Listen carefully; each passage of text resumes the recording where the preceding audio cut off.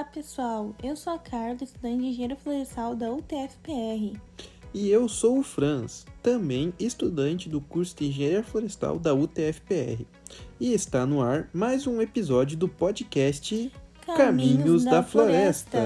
Podcast Caminhos da Floresta, o podcast mais verde e amadeirado da UTF-PR Dois Vizinhos. E hoje vamos conversar sobre um tema que está no coração de toda a discussão ambiental. Vamos ver se você, ouvinte, sabe qual que é. Vou dar 3 segundos. 1, 2, 3. Responde aí, cara. Qual que é o tema de hoje? Hoje o tema é os serviços ecossistêmicos. O que são eles e por que é tão importante a gente valorizar? Isso aí, esse é o tema. E bom, vamos começar do início, né? Até porque não tem como começar do final. O que são exatamente os serviços ecossistêmicos, Carla? Bom, de forma simples e resumida, os serviços ecossistêmicos são os benefícios que a natureza nos oferece de forma gratuita e que são responsáveis pelo sustento da vida na Terra. Isso mesmo, mas agora eu vou explicar de uma forma mais simples de você ouvinte entender. Os serviços ecossistêmicos por exemplo, o ar que respiramos, a água que bebemos, a polinização nas flores, nas culturas, nas plantações. Tudo isso são serviços que os ecossistemas prestam sem que a gente perceba. Exatamente, e o mais curioso é que apesar de a gente usar esses serviços todos os dias, a gente nem sempre nos dá conta que eles estão ali. É como se fosse algo natural que está no nosso cotidiano, mas que não percebemos a importância que nos faz, e nem ao menos percebemos a sua existência, e que só nos damos conta quando perdemos. Sim, isso que é triste, cara. Mas bom, aliás, a ONU, Organização das Nações Unidas, né, classifica os serviços ecossistêmicos em 4 tipos. Né? E bom, Carla, me diz aí rapidinho quais são, já que você tá bem ligado nesse assunto. Claro, eles podem se dividir em 4 tipos, como a provisão, que está ligado à água, alimentos e madeira, a regulação, que é mais relacionada ao controle do clima e à purificação do ar, os culturais, que estão ligados ao lazer, religiosidade, espiritualidade e turismo, e o suporte, que é como a formação do solo e a própria polinização. Nossa, verdade. Agora a gente vai para um ponto que é crucial. Por que devemos valorizar esses serviços? Me diz aí, Carla. Bom, porque sem eles, a vida humana como a gente conhece atualmente não seria possível. Por exemplo, imagina um mundo sem florestas, onde o ar é pesado, quente e sufocante. Ou então uma agricultura sem abelhas. E, aliás, existem outros polinizadores além das abelhas, como morcegos e pássaros, você entende? Sim, entendo muito bem. Aliás, faço curso de engenharia florestal, né? E que a gente aprende rigorosamente sobre isso. Mas a gente também não pode esquecer do aspecto econômico. Sim, dinheiro, mas também não é só dinheiro que a gente vai pensar aqui. Muitos serviços ecossistêmicos têm um valor gigante, mas sem um preço definido no mercado. E, bom, você sabia disso, Carla?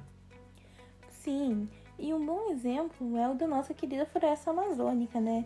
Que é a principal responsável por regular o ciclo da água, influenciando as chuvas em todo o país, que é aquela velha história que a gente já conhece, que a Amazônia ela é responsável por levar a chuva em todo o país, por causa dos rios voadores.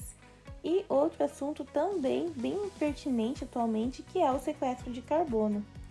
Assim, reduz, os efeitos das mudanças climáticas. Interessante, né?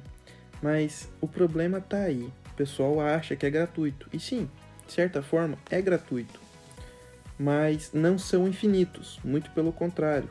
Se você jogar lixo no chão, se você matar uma abelha, se você prejudicar, desmatar, entendeu? Poluir, jogar produtos, lixo dentro dos rios, cara, a multa, a cobrança, no caso, por assim dizer, vem.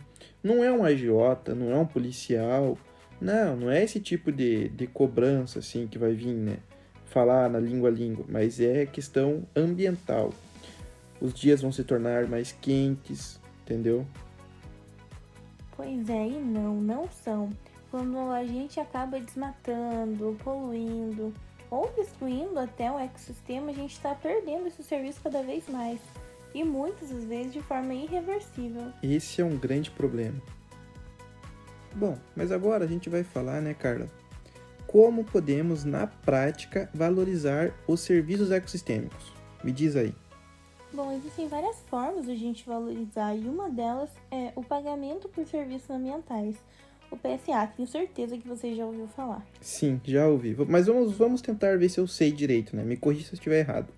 É quando uma pessoa, né, ou uma empresa paga alguém para preservar a natureza. Bom, acho que como exemplo eu posso dizer que são aqueles produtores rurais que mantêm a mata ciliar ou outras áreas verdes, né? E não a derrubam para plantações, né? Aliás, às vezes tem até multa, né? Se isso acontecer, se acabar derrubando, né? Prejudicando a natureza, assim for. Exatamente.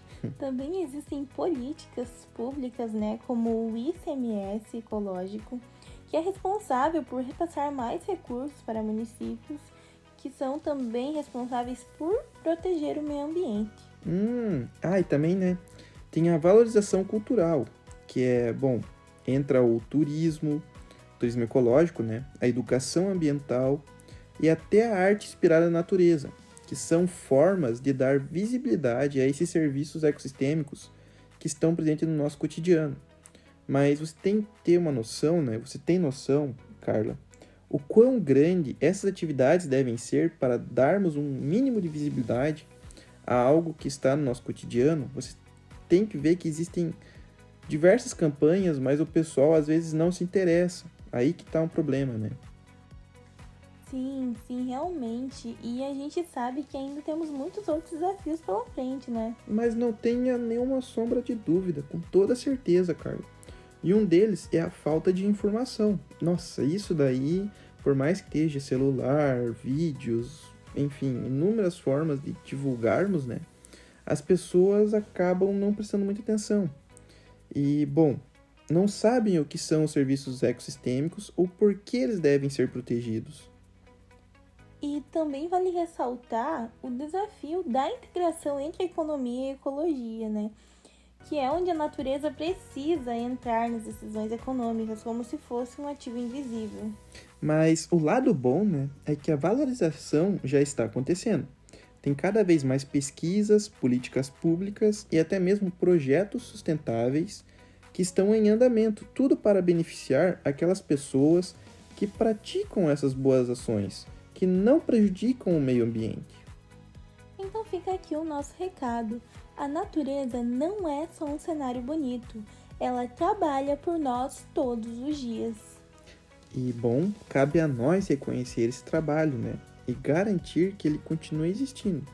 Pois preservar a natureza é, no fim, preservar a nossa própria existência, não é? Exatamente. E você, ouvinte? Já pensou em como o lugar onde vive oferece serviços ecossistêmicos? Reflita sobre isso e compartilhe esse episódio com quem também precisa valorizar a natureza. Esse foi o episódio de hoje do podcast Caminhos da Floresta. Obrigado pelo seu tempo, nos siga na sua plataforma preferida e até o próximo episódio. Valeu, pessoal!